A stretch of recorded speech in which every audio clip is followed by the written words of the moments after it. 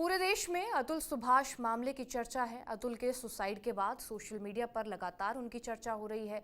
उन्होंने अपनी पत्नी और सिस्टम से तंग आकर सुसाइड कर लिया था और समाज के लिए 24 पन्नों की रिपोर्ट में एक बड़ा सवाल वो छोड़ गए हैं। अतुल सुभाष के मामले की चर्चा के बीच कल ही सुप्रीम कोर्ट ने एक बार फिर आईपीसी की धारा 498A के दुरुपयोग पर चिंता जताई थी। आईपीसी की धारा 498A शादीशुदा महिलाओं के पति और उसके रिश्तेदारों की तरफ से होने वाली क्रूरता से बचाता है। भारतीय न्याय संहिता की धारा 85 और 86 में इसका प्रावधान किया गया है।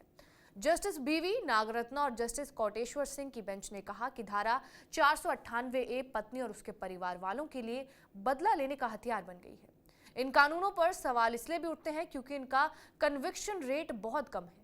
एनसीआरबी की रिपोर्ट के मुताबिक घरेलू हिंसा कानून और धारा 498A में कन्विक्शन रेट सिर्फ 18% है, यानी बाकी मामलों में या तो आरोप साबित नहीं हो पाता या फिर सेटलमेंट हो जाता है।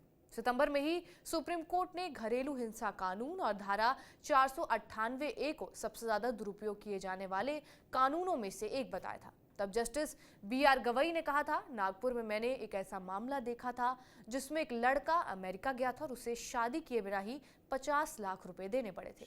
वो एक दिन भी साथ नहीं रहा था। मैं खुले तौर पर कहता हूं कि घरेलू हिंसा और धारा 498A का सबसे ज्यादा दुरुपयोग किया जाता है। मई में ऐसे एक मामले की सुनवाई के दौरान भी सुप्रीम कोर्ट ने सरकार से मौजूदा कानून में संशोधन करने को कहा था। धारा 498A पर अक्सर सवाल उठते रहे हैं और माना जाता है कि इनका इस्तेमाल महिलाएं अपने पति और ससुराल वालों को आपराधिक मामलों में फंसाने के लिए करती हैं।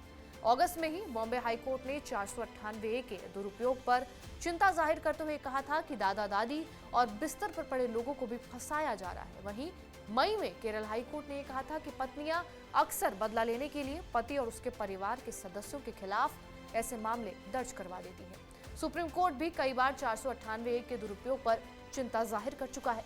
जुलाई 2017 में सुप्रीम कोर्ट ने 498A का दुरुपयोग रोकने के लिए तुरंत गिरफ्तारी पर रोक लगा दी। 1 जुलाई से ही आईपीसी की जगह BNS लागू हो गया है। आईपीसी की धारा 498A की जगह BNS में धारा 85 और 86 ने ले ली है। हालांकि इसके प्रावधानों में कोई भी बदलाव नहीं हुआ है। बहरहाल आपका इस वीडियो पर क्या कुछ कहना है हमें कमेंट करके जरूर बताएं। बाकी देश और दुनिया की तमाम बड़ी खबरों से अपडेटेड रहने के लिए सब्सक्राइब करिए TVNet डिजिटल।